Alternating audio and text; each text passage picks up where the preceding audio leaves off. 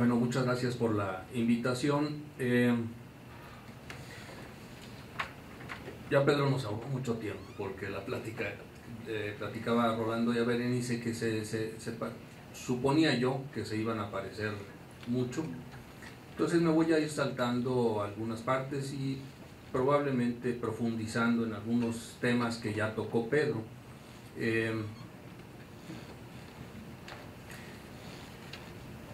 Bueno, como ya lo dijo Pedro, desde la óptica de la seguridad social hay tres tipos de mexicanos. Los que no cuentan con seguridad social, nuestra estimación es el 50%, seguramente Pedro la tendrá más actualizada. Vi que en la lámina Pedro traías 38%, pero creo que no estaban los estados, en los municipios, no estoy seguro. Igual se acerca un poquito, está entre las dos cifras. Luego los afiliados al IMSS, aproximadamente 35%, y ahí hay que recordar que tenemos dos tipos de afiliados al IMSS. Los que entraron antes de 1997, que están en un esquema de beneficio definido, que se rigen por la ley 73, y los que se rigen, digámoslo así, por las AFORES después de 1997. A lo mejor para ir puntualizando, pues obviamente necesitamos apoyar a la gente que no tiene pensiones, acceso a pensiones, pero también vamos a necesitar apoyar a las personas que están en las AFORES, por lo que ya mencionaba Pedro. Las tasas de reemplazo van a ser muy pequeñas a través de las AFORES. En promedio, pues sí podemos hablar de un 30%, pero la realidad es que si una persona cotiza menos tiempo de 40 años, pues va a recibir 25, 20%, y lo que ya explicó Pedro también, la densidad de cotización, es decir, cuánto tiempo cotiza un trabajador. Lo más seguro es que una buena parte no alcance la pensión mínima garantizada, que es un salario mínimo del Distrito Federal. Es decir, a estas personas también hay que apoyarlas.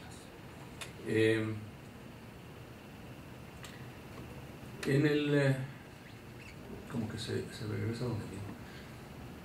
Está también el otro grupo, que es el 15% de la población económicamente activa, que son los trabajadores que están afiliados a esquemas que amparan a servidores públicos y universitarios. En este 15% está el ISSSTE, las paraestatales, los estados, los municipios, incluso las universidades. No son servidores públicos, por eso le llamamos por ahí servidores públicos y universitarios.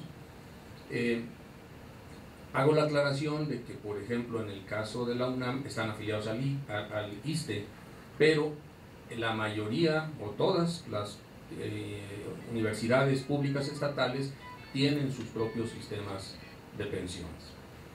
En este tipo de esquemas de servidores públicos, las pensiones se otorgan por antigüedad a los 25 o 30 años de servicio, sin importar la edad.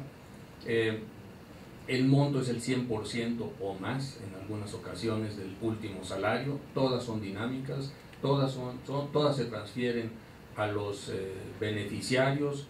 No hay relación directa entre las aportaciones y las cotizaciones. Me refiero a todos los estados, los municipios, las universidades, etcétera. El propio ISSSTE, como estaba anteriormente, o la ley de antes del 2007. Todos estos están de esa manera. Entonces, yo creo que una primera conclusión es que no hay que pensar en la reforma de la seguridad social.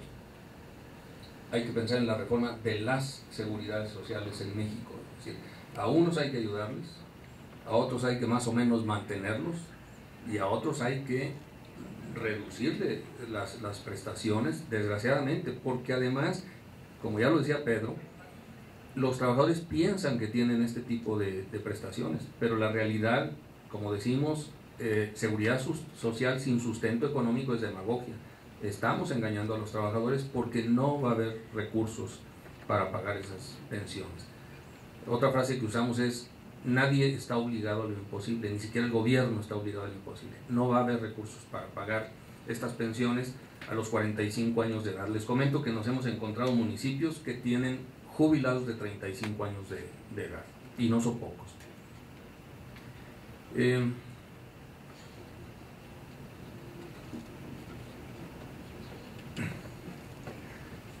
También creo que hay que ver cómo están distribuidos los sistemas de pensiones. Primero está el IMSS asegurador, que ya está reformado.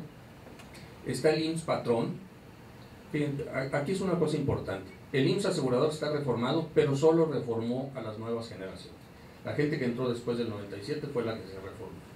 El IMSS patrón, el RJP, el que atiende a médicos, enfermeras, etcétera, reformó también, pero solo a las nuevas generaciones. El ISSSTE está reformado, reformó gradualmente y en menor medida a la generación actual. Y las paraestatales han estado reformando, falta Pemex, pero también fundamentalmente a las nuevas generaciones.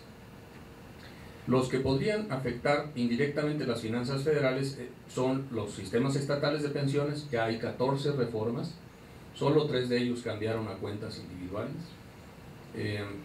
las instituciones municipales de pensiones, los esquemas universitarios, que ya hay 27 reformas,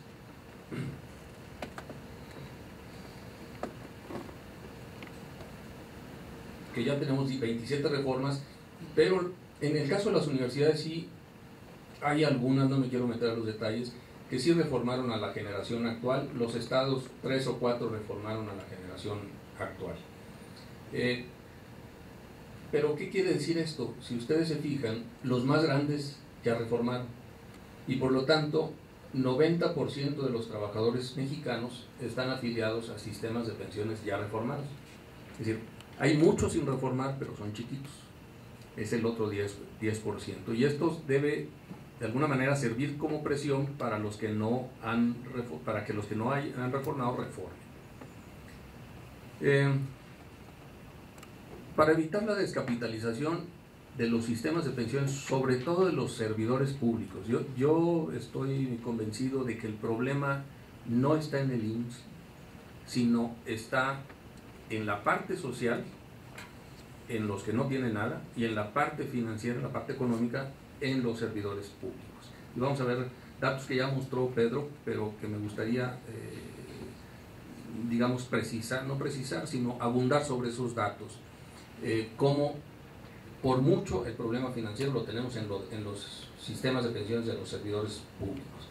Entonces, para cambiar o para evitar la descapitalización de los sistemas de servidores públicos, o aumentamos las aportaciones o modificamos las prestaciones. Pero aumentar las aportaciones en todos nuestros cálculos actuariales de todos los sistemas de pensiones de servidores públicos se requiere al menos 50% del sueldo de los trabajadores. Es decir, si lo pongo de manera muy simple, si quiero aportar 30 años, la esperanza de vida al nacer es 76, para no enredarnos, 76. Bueno, si me jubilo a los 50, me pagarían en promedio 26 años, pero acuérdense que si me muero se lo dejo a mi viuda. Entonces estamos hablando de más de 30 años. Hay otros argumentos, pero no me quiero meter ese detalle, si no se me va el tiempo. Si yo quiero aportar 30 años y quiero que me paguen mi pensión 30 años, con incrementos salariales, con aguinaldo, con primas vacacionales, de veras, con primas vacacionales, con estímulos, o sea, con premios a la eficiencia, etcétera, etcétera, etcétera.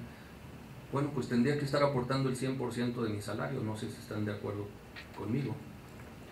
A ver, me voy a otro ejemplo. Si aporto el 10% de mi salario durante 30 años, junto 3 años de sueldo, y quiero que me paguen 30, pues es imposible, ¿no? Entonces, no sé si ahora quede un poquito más claro que todos los sistemas de servidores públicos requieren de una aportación superior al 50%. Dije 50, pero hay esquemas del 150%, donde el estudio actuarial arroja la necesidad de una aportación del 150%. Por lo tanto, prácticamente esa primera opción para evitar la descapitalización pues queda fuera del plan, pues. igual y se puede aumentar algo las aportaciones, pero no podemos llegar al 50%. Por lo tanto, lo que hay que hacer es modificar el diseño de las prestaciones. Y para modificar el diseño de las prestaciones hay que separar a pensionados, activos y a nuevas generaciones. No podemos hacer una ley para todo el mundo. A ver, quiero recordar nada más para recapitular.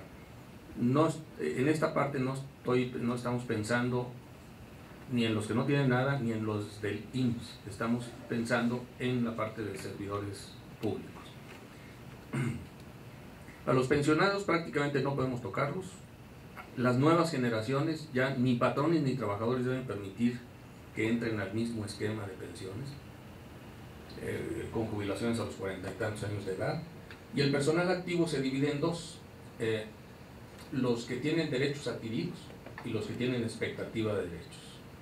A los que tienen derechos adquiridos, es decir, los que ya tienen los 30 años, si la ley marca 30 años, pues esos ya no los podemos tocar. Pero los que tienen expectativa de derechos, el que tiene 29 años, jurídicamente los podemos modificar.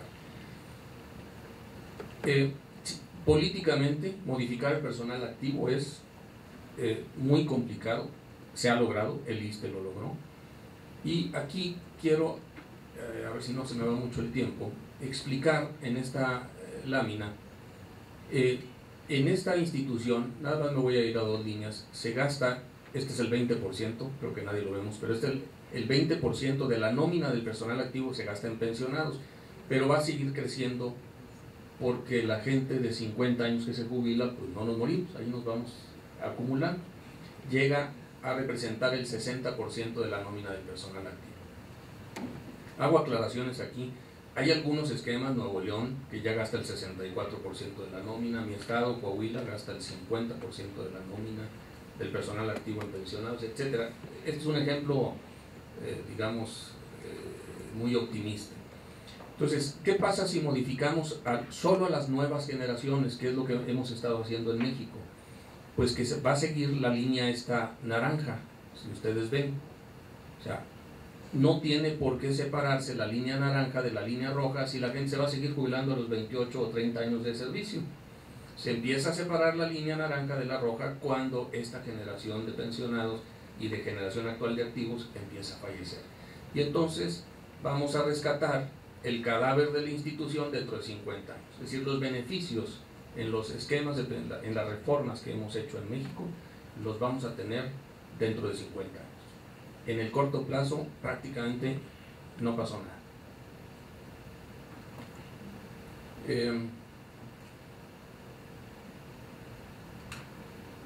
Aquí no se alcanza a ver, pero los datos que nosotros tenemos, este es un flujo que estimamos. Podemos ver, lo tengo que decir casi de memoria porque no lo veo, pero el IMSS gastaba en 2010 106 mil millones de pesos en subsidio al IMSS, perdónenme, el gobierno federal gastaba en subsidio al IMSS 106 mil millones de pesos, creo que son 37 mil o algo así para el RJP, pero fíjense nada más, el IMSS da servicio a 14 millones de mexicanos, el RJP a 400 mil mexicanos. Y luego el ISSSTE da servicio a 2 millones y medio más o menos, Pedro, con pensionados. 2.7. No, pensionados y activos. 3.2. Bueno, 3.2, 115 mil millones de pesos. En total, 267 mil millones de pesos, si es que estoy viendo bien. Pero esto es subsidios, por eso no coincide con las cifras de Pedro. Estos son subsidios adicionales a las cuotas. O sea, es lo que yo creo que es lo que tenemos que ver. Cortesía de todos nosotros, exactamente. Pero además, eso va a seguir subiendo. Como no se ve la lámina, la gráfica, me voy a pasar a la siguiente. Y lo vamos a ver como presupuesto, como porcentaje del presupuesto de egresos de la Federación. Hoy gastamos en subsidios el 8%, pero en muy poco tiempo, en 20 años, en subsidios, más las aportaciones que hace el gobierno. Pero como no reformamos prácticamente nada a la generación actual, entonces se hace esta joroba y vamos a estar gastando cerca del 14% del presupuesto de egresos en subsidios. Obviamente todo eso va en contra pues de lo demás, de salud.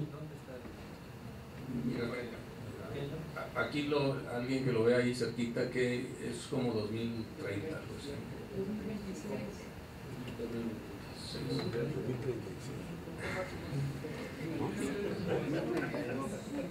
El caso de la cúspide de eso es 2032 y el caso de IMSS es 2034. Ok. Todavía tenemos 20 años para arriba. Para seguir estando. Qué buenas noticias.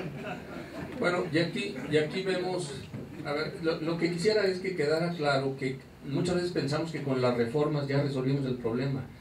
No, resolvimos el problema de 40 años en adelante, pero en el corto plazo seguimos igual y se va a estar agravando de manera muy importante. Estos cálculos los hicimos nosotros, es lo mismo, es los pasivos contingentes que presentó Pedro, y volvemos a lo mismo. El IMSS asegurador, que le da servicio a 14 millones de mexicanos, trae un pasivo contingente de 31% del PIB, y según nuestros cálculos todos los sistemas de servidores públicos traen más o menos que resulta ahí como el 95% del Producto Interno Bruto. Insisto, el problema no está en el IMSS. Desde mi punto de vista, cuando hicimos la reforma del IMSS, amolamos a los más amolados. Es decir, donde había que hacer la reforma es en los sistemas de pensiones de los servidores públicos, de los trabajadores del IMSS, de los estados, del propio ISSSTE que ya lo hizo. Es decir, ahí es donde deberíamos haber metido de mano. Y bueno, yo con esto concluyo en la parte de diagnóstico. Gracias. Bueno, 3 elementos llaman la atención, que ya lo hemos discutido en otros momentos. Una baja cobertura que tiende a estancarse incluso, esa cobertura, porque lo que está en crisis evidentemente es la seguridad social contributiva. Aquí nuestros ponentes no nos han dicho nada de lo que pasa con el empleo, pero Pedro dijo, nada está creciendo más que las pensiones. Y bueno, nada está creciendo más que las pensiones porque el mercado laboral está estancado. Entonces, como ahí no hay crecimiento de trabajo asalariado protegido, se incrementa ese gasto en pensiones, pero además porque las mismas reformas provocaron a que la gente se pensionara ya. O sea, mucha gente decía, mañana hay crisis, ahorita me pensiono, y entonces hay una diferencia entre las tasas de crecimiento de los pensionados, y eso se ve mucho en el ISSSTE, de la tasa de crecimiento de los pensionados frente a la tasa de crecimiento de los nuevos empleos en el sector público. Entonces ese es un elemento que creo que también hay que señalar. Otro que me parece muy interesante es que las reformas se han hecho para los que ya han estado asegurados, pero no se ha hecho para los que nunca han estado incorporados. Y entonces seguimos teniendo ese 50-60% de la población sin estar inscritos en un sistema de seguridad social integral como es IMSS e ISSSTE. Pero a mí me gustaría ahora preguntarles cuáles son las propuestas y también una pregunta, porque Pedro señaló como costo que está gastando ahorita el gobierno 2.7% del PIB. ¿Te refieres a todas las pensiones?